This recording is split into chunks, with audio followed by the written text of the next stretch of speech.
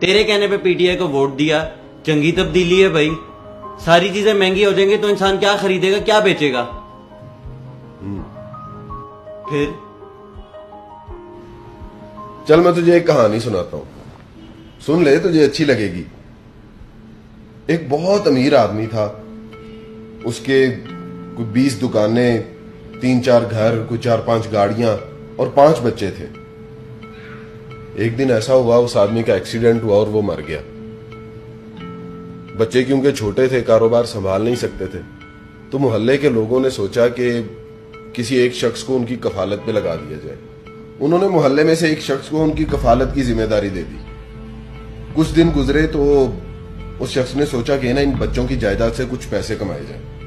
اس نے کیا کیا، ان بچوں کی جائیداد میں سے 2 دکانیں کسی تاجر کو گروی رکھوا کر تو بہت سارا قرضہ لے لیا۔ اب اس نے اس قرضے میں سے کچھ پیسے تو بچوں کو دے دیے، باقی پیسے اس نے سارے اپنی جیب میں ڈال دیے۔ بچے خوش ہو گئے، ان کی ضرورتیں بھی پوری ہو گئیں، باقی پیسوں کی وہ عیاشی کرنے لگ گئے۔ اسی طرح اس شخص نے ان بچوں کی ساری جائیداد تھوڑی تھوڑی کر کے مختلف تاجروں کو دی اور بہت سارا قرضہ لے لیا، اور ان کا کوئی مکمل ذرائع آمدن بھی نہیں بنایا۔ کچھ عرصے کے بعد ان بچوں کا چچا باہر سے آیا تو اس نے ان بچوں کو ان کے حوالے کیا اور خود وہاں سے نکل گیا، سارا پیسہ لے گیا۔ جب چچا نے سارا نظام سنبھالا تو پتا چلا کہ ساری جائیداد تو گروی رکھ دی گئی ہے، تو ذریعہ معاش کوئی تھا نہیں۔ چچا کو پھر مجبوراً قرضہ لینا پڑا اور بچوں کو دکانوں پر بٹھایا تاکہ وہ کاروبار بھی سنبھال سکے اور ذریعہ معاش بھی بن سکے اور ان بچوں کا مستقبل محفوظ ہو جائے۔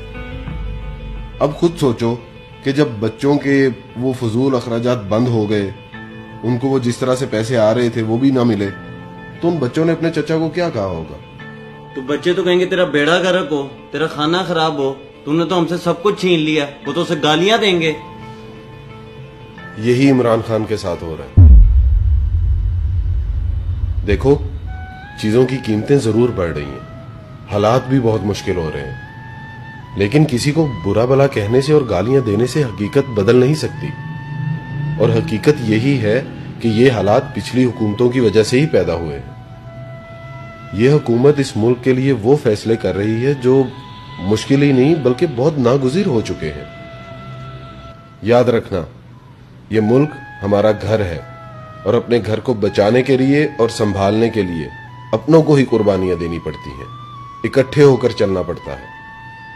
اور اگر ہم سب ساتھ مل کر چلیں گے تو انشاءاللہ ضرور بدلے گا پاکستان۔